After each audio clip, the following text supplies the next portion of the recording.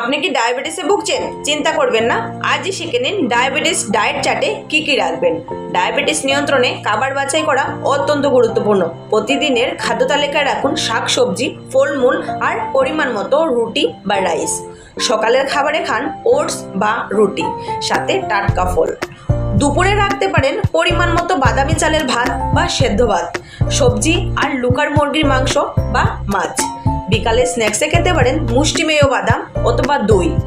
আর রাতে হালকা খাবার খাওয়া ডায়াবেটিস রোগীদের জন্য খুবই ভালো, যেমন রুটি আর সবজি বা গ্রিন স্যালাড। মনে রাখবেন, অতিরিক্ত মিষ্টি, কার্বোহাইড্রেট এড়িয়ে চলতে হবে। নিয়মিত সময়ে খাবার খাওয়া এবং জল পান করতে ভুলবেন না।